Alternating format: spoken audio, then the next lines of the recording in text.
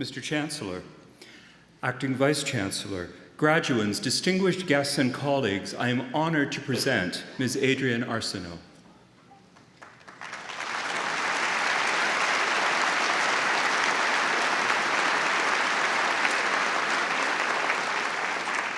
For Canadians from coast to coast, Adrienne Arsenault has given a face to significant events around the world. As CBC correspondent for The National, whether based in Toronto or abroad, Ms. Arsenault has helped us to understand conflict in the Middle East and Libya. She has been our guide to human tragedies such as the South Asian tsunami, and she has celebrated with us the success of Canada's athletes at the Olympics. From the horrors of war and the devastations of earthquakes to the joy of the royal wedding, Adrienne Arsenault has worked tirelessly and professionally to bring us the news. Ms. Arsenault was born in Toronto and graduated from St. Clement's School as head girl. She then enrolled at Huron College, as it was known at the time, from which she graduated with a BA in political science. In fact, today will mark Adrienne Arsenault's third degree from Western, as she also holds a BA in journalism. Some in the audience will remember that our own CHRW was her first broadcasting home. As a journalist, Ms. Arsenault has received numerous awards, including several Geminis. She was named the Commonwealth Broadcasting Association's Journalist of the Year in 2005, and has also been honored by the Radio and Television News Directors Association and the American Society of Professional Journalists. In 2011, Adrienne Arsenault was the recipient of the Huron University College Medal of Distinction. Her presenter, Professor Jim Crimmins, remembered her, and I quote, as an intelligent, industrious, and meticulous student, judicious in her appraisal of political ideas and institutions, who wrote exceedingly well. He went on to say that, and again I'm quoting Professor Crimmins, looking back, it is evident that the fine qualities she brings to her reporting were for the most part evident those many years ago. She has become a little wiser in the ways of the world, no doubt, but essentially I see the same engaged and engaging student we are delighted to count as one of our own today. Ms. Arsenault is tough. She is courageous. She does not shy away from asking difficult questions. She probes and she connects. She is one of Canada's great storytellers. Mr. Chancellor, it is for these and many more reasons that we wish to honor Adrienne Arsenault today. Mr. Chancellor, on behalf of the Acting Vice Chancellor and in the name of the Senate, I ask you to confer the degree Doctor of Laws, honoris causa, upon Adrienne Arsenault.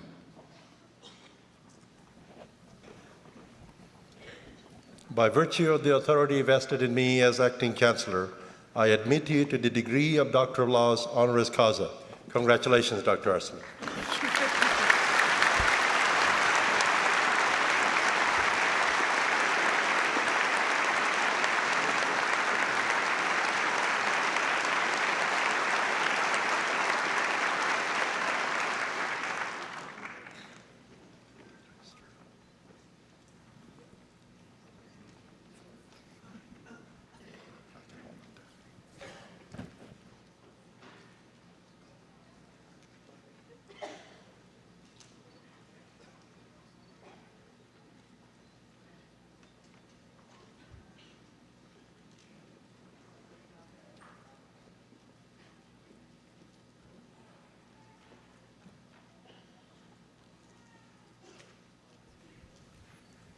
On behalf of all assembled here today, I should now like to invite our newest alumna, Dr. Adrienne Arsenault, to address Convocation.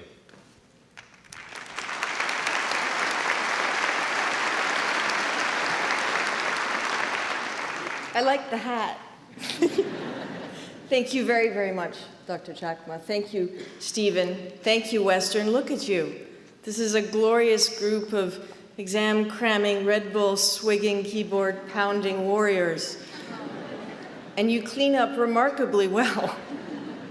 And if I might, to your remarkable parents and your families and your friends, I know, we all know how hard you have worked, you have worried, how hard you've saved for this day. the congratulations really goes to you as well, because it's your day as well. They made it, but so did you. I remember this feeling. I remember what it's like to sit there, how exciting it was, how my own father was so excited on the day that I graduated from Western that immediately he started introducing me to his pals this way. I'd like you to meet my daughter Adrienne, now otherwise known as my pension plan. He's not here anymore, but he'd love this. Happily, my mother is here. She's beaming, in part, I should tell you, because this robe is perhaps as close as she's come to seeing me in a dress in a long time. But also Western, because she really was a fan of yours. It was my mom who, in 1989, arrived for a visit to a house full of political science majors, studiously watching yet more coverage of the fall of the Berlin Wall. And she's the one who stood in the living room, hands on hips, and declared, "Where is your sense of occasion?" and changed the channel to cheer on the Mustangs in the Vanier Cup. So she's kind of always been the fun one. I have to say, I'm nervous, because this experience for me is actually incredibly unnerving. You see, as a breed, television reporters really aren't typically those anyone would really turn to for inspirational life advice these days, or maybe Senate appointments. We apparently have some issues. Among mine are tending to know, as a TV reporter, only about 2 minutes worth of information on any given subject. And I do have a terrible habit of ending a lot of my sentences with Peter. So I'll work on that today.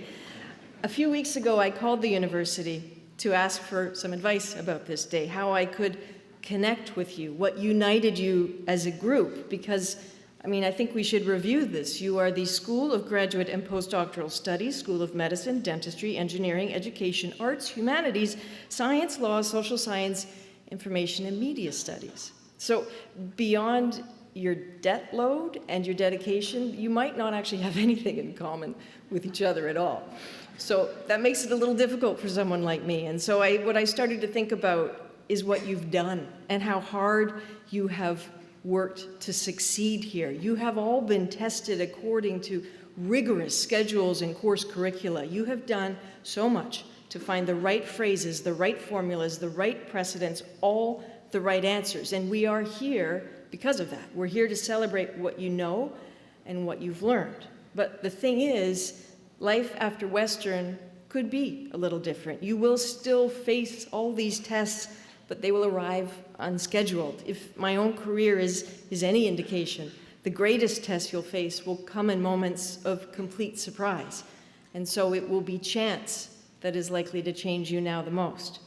Suddenly after years of focusing on this search for the right answers, this is a phase where you might find yourself forcing yourself to be wrong, to fail, to be open to being taken off guard and humbled by what you're about to see and do, and accept how little you actually know. And it is possible that the real learning is going to come in the most unlikely of ways. It will come with your mistakes and your surprises. And my mistakes, and we don't have all day, but my mistakes have ended up being my loyal companions and my greatest tutors, and I'm very grateful for them. My very first professional mistake came a few months after graduating from journalism school here. I had a specialty in print.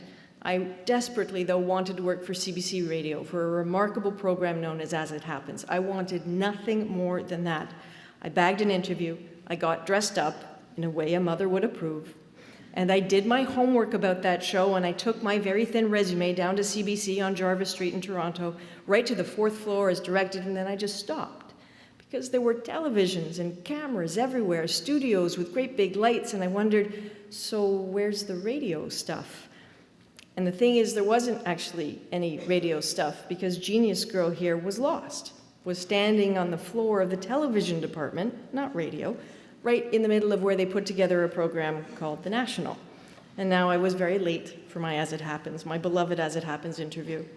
And when I finally stopped to ask someone directions, the man happened to be the executive producer of The National, happened to be in the market for what was effectively a copy clerk, and a bit improbably, given this panicked, directionally challenged soul standing in front of him, he hired me. So basically, this man was a bit lazy administratively, wanted the job filled by lunch so he could return to his real job. And I know you don't want to hear this, that it was oh so easy way back then to get a job by stumbling into it with your own ineptitude. But that's the funny thing about chance. It does. It will bring you opportunity. It can also bring you some lessons, some huge ones, some lovely ones, and it can break your heart. To give you a sense of that, in 2004, you mentioned the tsunami. In Sri Lanka, I spent a month walking through the ruins of people's lives. I was assigned to cover the story of how 220,000 people had died just days earlier in the tsunami. This great wall of water had thrown people into trees, had mangled a train full of little kids in their best dresses and chucked it into the jungle. It was a lot to look at. There were swollen bodies literally everywhere. This is a lot to take in.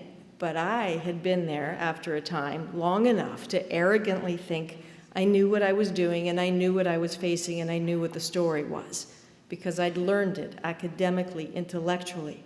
And one day the story was that a Canadian psychologist with a specialty in art therapy had brought crayons and paper to the site of that mangled train. And his plan was to take all of the village's brand new orphans and gather them together to sit down and draw with him. And I thought I was ready. I thought I knew what to be prepared for, that I would see little ones drawing out their agony. And they did. Little tiny figures of moms and dads being shoved away by a vicious sea. But what I didn't expect, standing there looking at the kids, to suddenly catch a glimpse of a tiny, very frail, very elderly woman standing all by herself at the corner of the room, watching these kids. She inched closer and closer to them. She hung on every word they and the doctor said. She smiled when they did. She listened when they did. And eventually, she worked up her courage to go right up to the doctor and whisper to him. And suddenly, I could not take my eyes off her, because she was asking him if she could have paper and crayons too. And so she got them, and she sat down amongst the kids. And in the angry blues and reds, she drew her agony of being the sole survivor in her family, every bit the orphan as the 5- and 6-year-olds around her. I didn't expect this woman. I didn't plan for this woman. I didn't study for this woman. I certainly didn't expect the little kids to hold her hand and just accept her. And I didn't expect to see a survival instinct that wrong. She was the sad surprise that made me realize, as long as I had been there, been writing and learning about survival and loss, that I didn't know what I was talking about. I just didn't know. And it's the comeuppance of chance that is a great gift. It's happened to me a lot. I've traveled a lot. I'm constantly thrilled at learning what I do not know, especially about bravery. You know, I was in Libya in 2011 at the height of the revolution, and I saw a man leap out of a car and run at us. We were just a few Western journalists in a place where we really weren't wanted. For the journalism people in here, this will be the story of your life. Nobody really wants you, but that's, you know, it's another story. I expected this man to lecture us. Consider that we were about to be barked at by one of the Gaddafi loyalists who controlled the city, because that's usually what happened, but instead he came right to us. He insisted we start recording. He boldly said, listen to me, Libyans deserve better than Gaddafi, and the world needs to know it. That young people like him wanted jobs. They just wanted to go to school. They were just tired of a tyrant who took and did not give back.